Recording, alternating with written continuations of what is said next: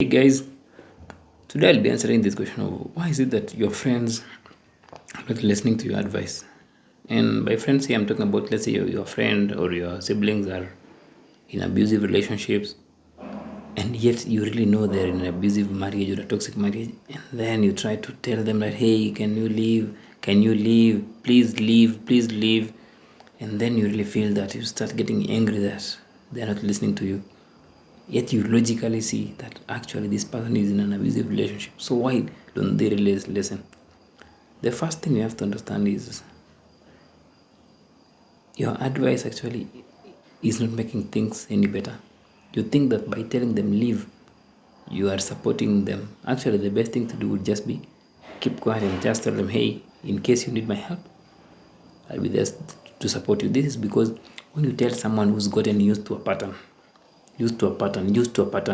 on a deeper level, like they've gotten used to that relationship, they've gotten used to this negative pattern in their lives. When you tell off someone, they will really feel that you are not listening to them. Because how many times have you been in a problem and then someone tries to give you advice and then you're like, this person just gives me advice, and then this person doesn't even understand what I've been through.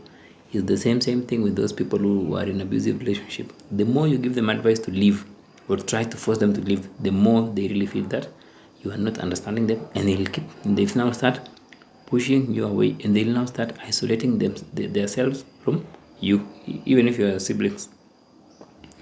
I want you to imagine this scenario. Like, what if I tell you now that, hey, I want you to imagine this. Stop calling yourself your name. Like, let's say you're called John or Edwin, and then someone tells me that, Edwin, I want you to stop calling your name Edwin, yourself Edwin, and start calling yourself John from today. Of course, I'll be like, what's happening here? Why? Why should I do it? I've been calling myself this for a very long time. Because you are challenging something I've gotten used to it. Now that's just a name. Now I want you to imagine now the people you are giving advice have gotten used to being in that negative pattern.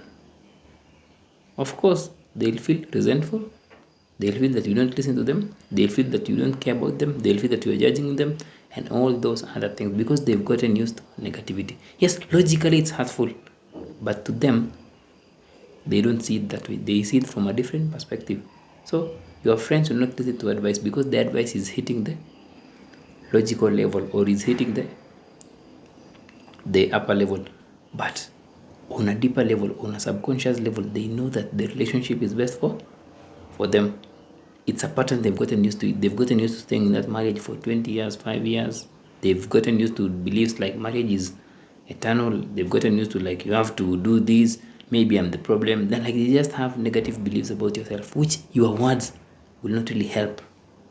That's why the best thing sometimes to do, let's say, to help a friend out who's in a toxic relationship, is not really even giving them advice. It's doing one very simple thing, which is the hardest: just listening. Just be there for them and listen. Don't say do this because you don't understand. No, just listen to them. However much distorted their thinking is, just listen to them. And probably the best thing to do is maybe suggest for them professional help. That's where professional help comes in, because with professional help now, at least some people like us understand how we can help or assist someone who's stuck in that negative thought loop. But if you just tell them stop, you will get to the point where you will even start becoming angry that they are not listening to you. So the more you become angry at them, you are also adding more negative emotions to them. They'll also feel that they are disappointing you. You see, they already feel that they are disappointing you because they are not listening to you. And then now when you get angry, they'll start feeling like actually they are the cause of your own anger, because they've gotten used to this negativity or being at fault for everything. They are being blamed in the relationship, and then now you as a friend, you end up blaming them for not listening to you. So it just piles things on them. That's why the best thing to do is for you to step out and just understand that whatever that person is doing from their perspective, it's what they think it's best for them. It might be abusive, but whatever they are doing from their perspective, it seems to them that it's the only way. So listen more. Sometimes your advice will make things worse.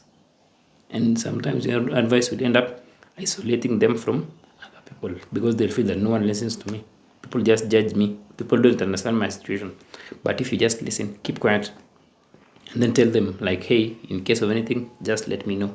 That's the best advice you can give anyone. Just let me know.